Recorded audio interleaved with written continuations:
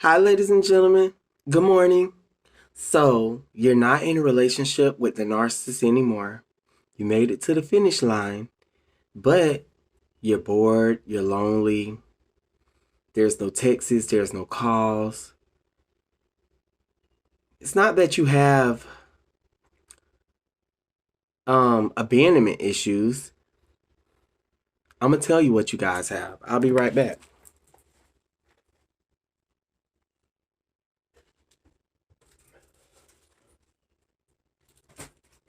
Ladies and gentlemen, what it is that you have. What it is that you have, ladies and gentlemen. See, what you guys have to understand. Okay. all of this stuff is on my bed. Good jeez. I'm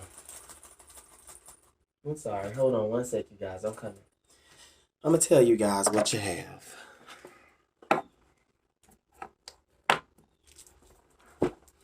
What you guys have is when a narcissist leaves, it feels like a void that's inside of you. There's something that's missing, okay? And I'm going to tell you guys what that thing that's missing is. What it is the soul tie has been cut. It's the simple fact that the matter is when you were in a relationship with a narcissist, all the things that they were giving you were to keep you in a relationship. They gave you love and affection. They gave you all these good things that was in the form of a beautiful apple, Snow White. But once you bit into the apple, you were soon and quick to realize that was poison. And once you leave, it's like a euphoric feeling, just as if a smoker quit smoking or alcoholic stop alcohol or whatever the case may be. You feel like, oh, I need the narcissist. The narcissist literally was like a drug. See, it's so crazy because when you start talking about narcissism, we talk about the witchcraft, how they get into your brain and try to rearrange things, which is a form of witchcraft and manipulation, all that stuff. Manipulation is witchcraft.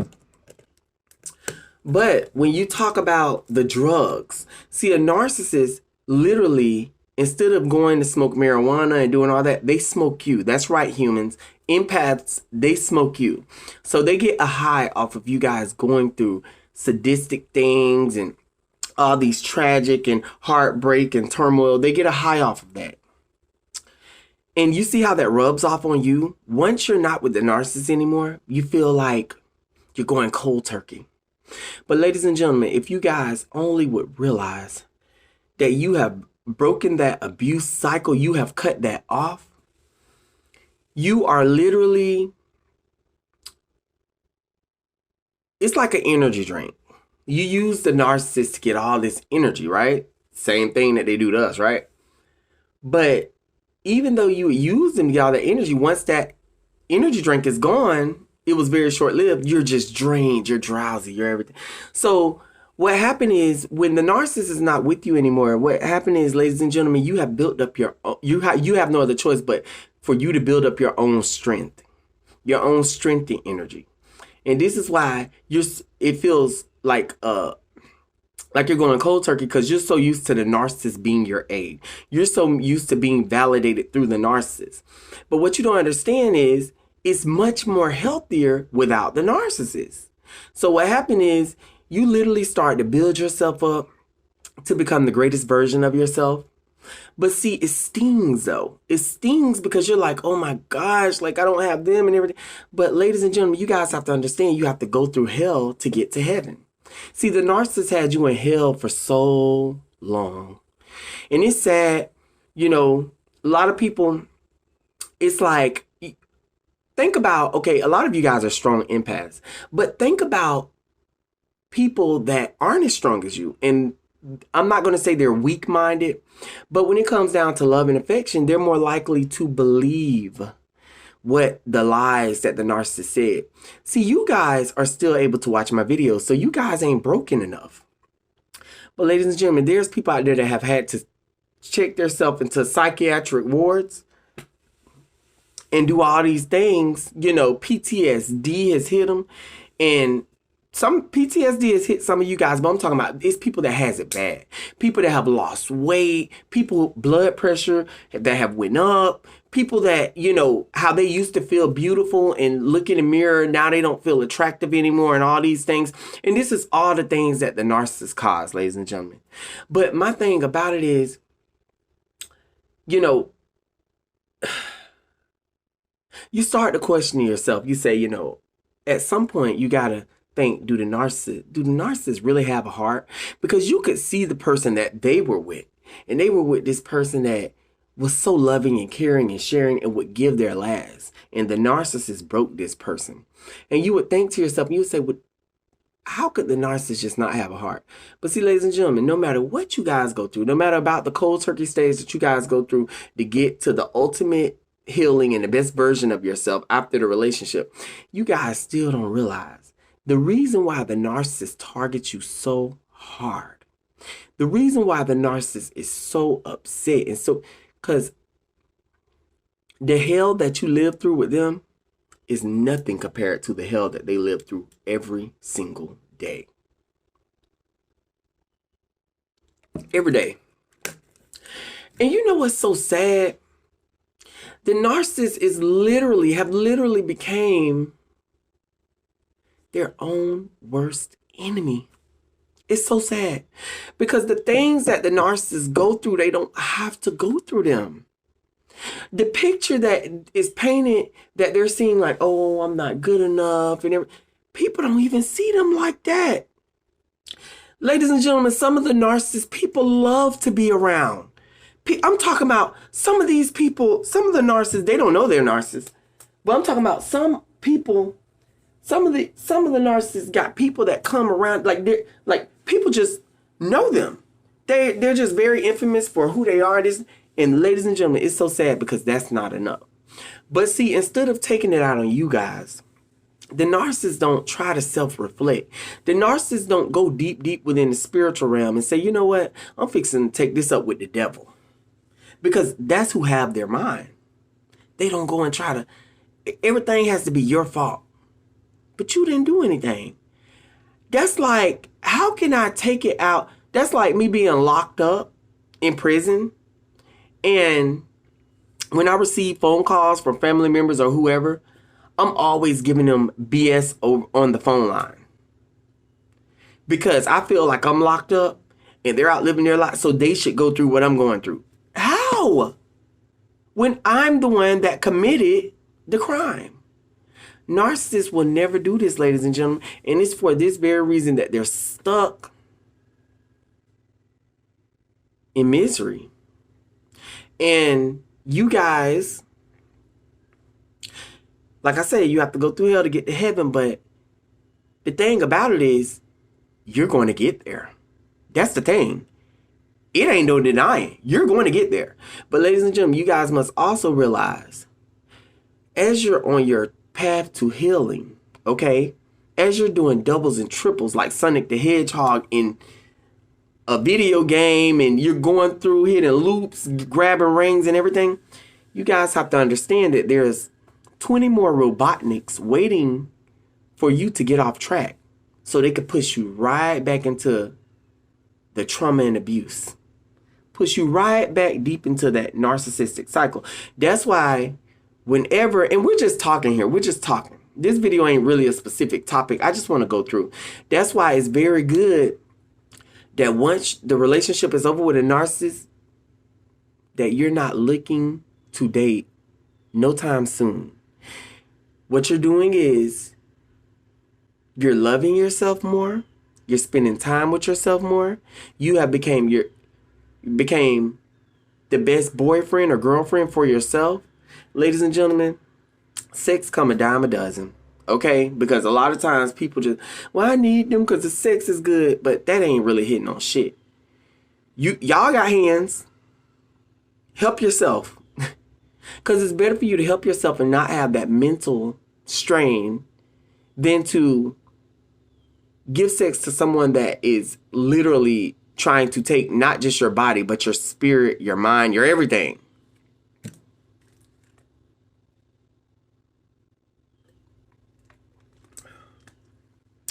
Once you guys self-reflect, go places, do things. I don't care if it's just a walk in the park.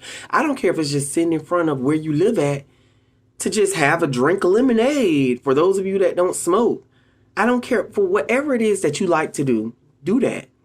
And do it alone. Do it to yourself. And don't try to, I mean, it's okay to reach out to friends, but this is the moment where you really need to reach deep inside of you and assess the situation. Also, this also is where the narcissist is going to be calling and texting, and you now have power. They reaching out to you. You ain't even asking for that. Why they trying to hoover you? Because you're amazing, that's why. So this right here is the time where all those horrible things that they've done to you, now you can sit back and say, "Ooh, I'm finna watch the show." Grab you some popcorn and look at your cell phone and watch when they call and text and be like, "Ha! You want me so bad, but I'm not letting you in." That's the time for you guys to rejoice. But sadly, some people fall back into the narcissistic abusive cycle. You know why? Because they've been brainwashed that that's the norm. And going through that cold turkey phase, they're like, you know what, the hell with it. Like, I've held out long enough. I'm just going to get back with them. That's where I'm comfortable at. But what they don't understand is when you get back with the narcissist, you continue down that downhill spiral and nothing will never, ever get better. For those of you that have healthy family members, go around your family. Go around that favorite auntie that you love that always make you some sandwiches. She make really good sandwiches, or she cook a good casserole, or it's certain things that she do. Go around that grandmother that's always giving you advice. A lot of you guys have not spent time with y'all family members because the narcissist took all that away from you.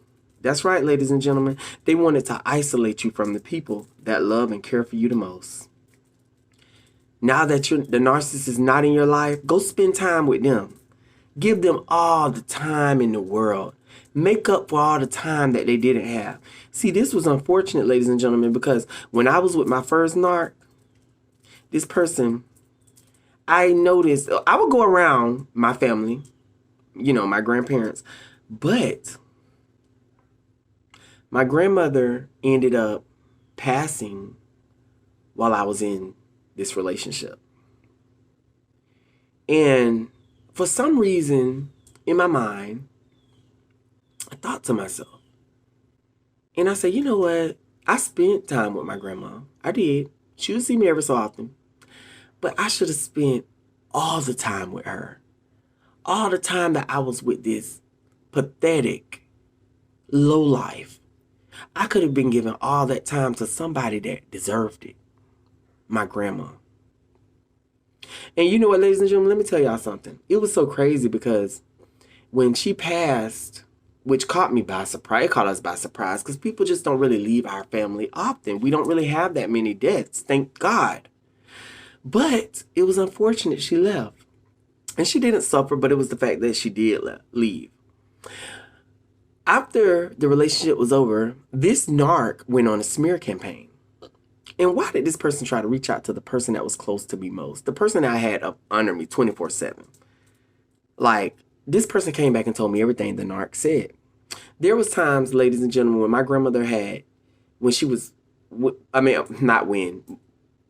There was times that I was really emotional of my grandmother's passing, and I would sometimes in the late night go into the restroom and just cry, and just different. It'd be different emotions, and I would always be weeping, and I would mourn a lot, and I was grieving. It was really heavy on me. The narc was in the picture. Do you know this person went back and told my friend in a smear campaign? Yeah, and said all these bad things about me, and also I'm just so sick of hearing about his grandmother, and I'm so tired of hearing. And I'm like, I had to ask my friend. I say, "Are you serious? They said that?" Yeah, there was never no comforting when my grandmother passed, and I would go to the restroom and weep in the mirror in the dark. The narc would be laying in bed. Why not just get out and go into the bathroom and say it's going to be okay? None of that, ladies and gentlemen. None of that. It's almost as if they got a sadistic high of pleasure off of that happening. But I said to myself, my grandmother knew the type of person I was. And that's all that mattered, ladies and gentlemen. Even though she's not here, she knew that I was a nice, sweet, loving, caring individual. No matter what I was doing, if my grandmother came around, it was time to make time for her. And she always knew this. This would always happen a lot at my mom's house. She would come out to my mother's house and I would be at home and I would be on the laptop, in my little computer world, in my little cyber world, creating. And when my grandmother came, I don't give a damn what I was doing. I stopped it all. I would put on a movie. I would cook food. We would sit down. We would talk. And she wouldn't even ask for much of my time. 30 minutes to an hour, max. She would come out and just sit and we would talk. She was like, all right, well, I'm getting ready to go. And she would get up and she would go get in the car. And it's like, and I had blessed my grandmother with a dog, which I'm so, like, the dog is still in the family to this day. Her name's Kamaria. And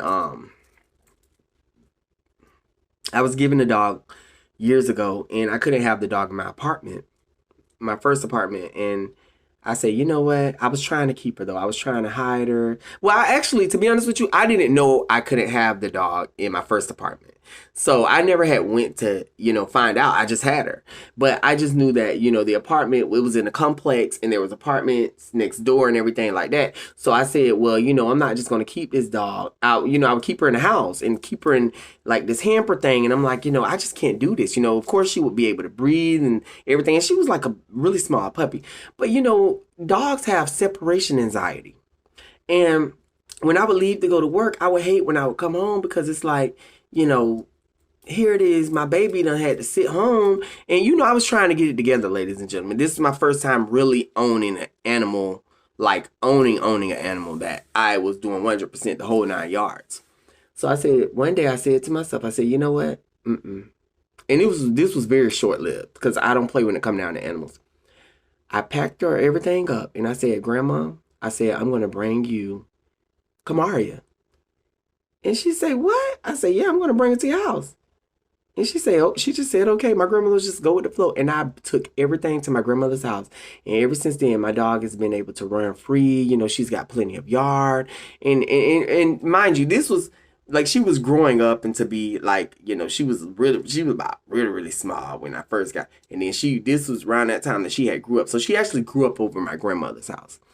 And my thing about it is, it was like, I'll go to see her from time to time. And my grandmother, she would always follow my grandmother. Like my grandmother she was sat in a wheelchair, but she was very alert and oriented. And she would roll down the hallway and this dog would always chase her like through her wheelchair, always be up under the wheelchair following her. And my grandmother found a lot of joy in that dog. And, to this day, like when she passed, it's like we still have the dog. And I just feel like that was a connection. That was something, that we were connected through. You know what I'm saying? And the dog is still there. And if my grandmother was brought back today or tomorrow, the dog, animals remember. And the dog will remember her. But my thing about it is, it's the simple fact that there was no remorse when it came down to me going through that.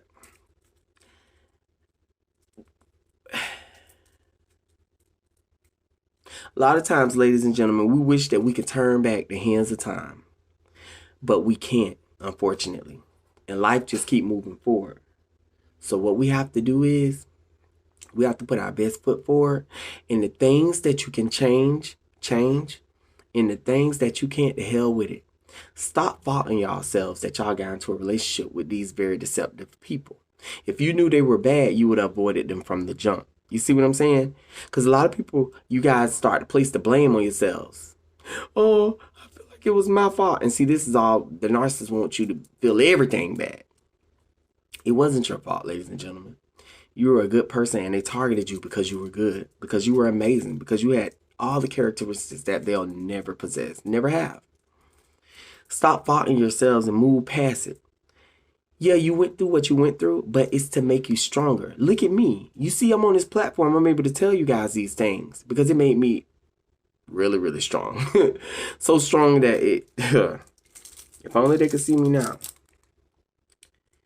And you look back and you self-reflect, and you know that in the future you got so many bright things in store because you're not around the narcissist anymore. I love you guys, and I just wanted to do this video because I just felt like, you know, we just need to talk. And ain't nothing wrong with that, right, ladies and gentlemen? I do apologize for when I'm starting my videos, and sometimes I'll take little breaks and cut, here and there, and take forever to get to the point, which is I hate when I do that, because I'll go back and watch my video to make sure that the message was delivered the right way that it's supposed to deliver. And I'd be like, damn, what took you so long to get to the point? So I be trying to get to the point. I'm working on it. I'm getting much better, ladies and gentlemen. But I love each and every last one of you guys. I thank you guys for supporting. I appreciate the love. God knows words couldn't even describe, but I appreciate the love and support. And you know what? The thing about it is, like last night I went to a nightclub. You guys were not there, but just through, social media, I just feel like there's a part of you guys that are there with me as a whole. I would look at the comment while I'm sitting down and I'm like, wow, some of the comments I would laugh at. Some of you guys say some funny things about the narc, and I would laugh at them, and I say, you know what, these are my friends. You know what I'm saying? Because, ladies and gentlemen, everything that says your friend ain't your friend. I don't have friends that I on a regular be around. I'm by myself. That's why I'll go out every so often to a nightclub to, engage in the crowd and stuff like that. But other than that, when I'm by myself, this is the life I live. I'll see you guys in more videos. I love each and every last one of you guys. You guys remember to be safe. And you guys remember I'm not far. I'm only one phone call away, okay? So you guys scroll up to my videos. I don't know the number by heart. I don't know why I don't know the number by heart. I should know it by now. But that's okay. Just scroll down to the videos and you'll see where I gave out the number. When that number change, I will always update you guys and let you guys know. You guys remember that's commenting. Remember, I'm going to like your comment and love it. And that way you guys know that I'm watching your comment. So when you comment, it's not going in vain. When you guys comment, your comment will never be removed. It'll always stay. Also, if you guys call that number that I gave you, my number, if I don't pick up, it's just because I'm busy. That doesn't mean that's not my number. You guys can text me. You guys can leave a voicemail. I do my best to get back at you guys. I'm going to reach back out, though. That's for 100% for sure. You know what I'm saying? And I love y'all, and y'all have a wonderful day. I'm out. Bye-bye.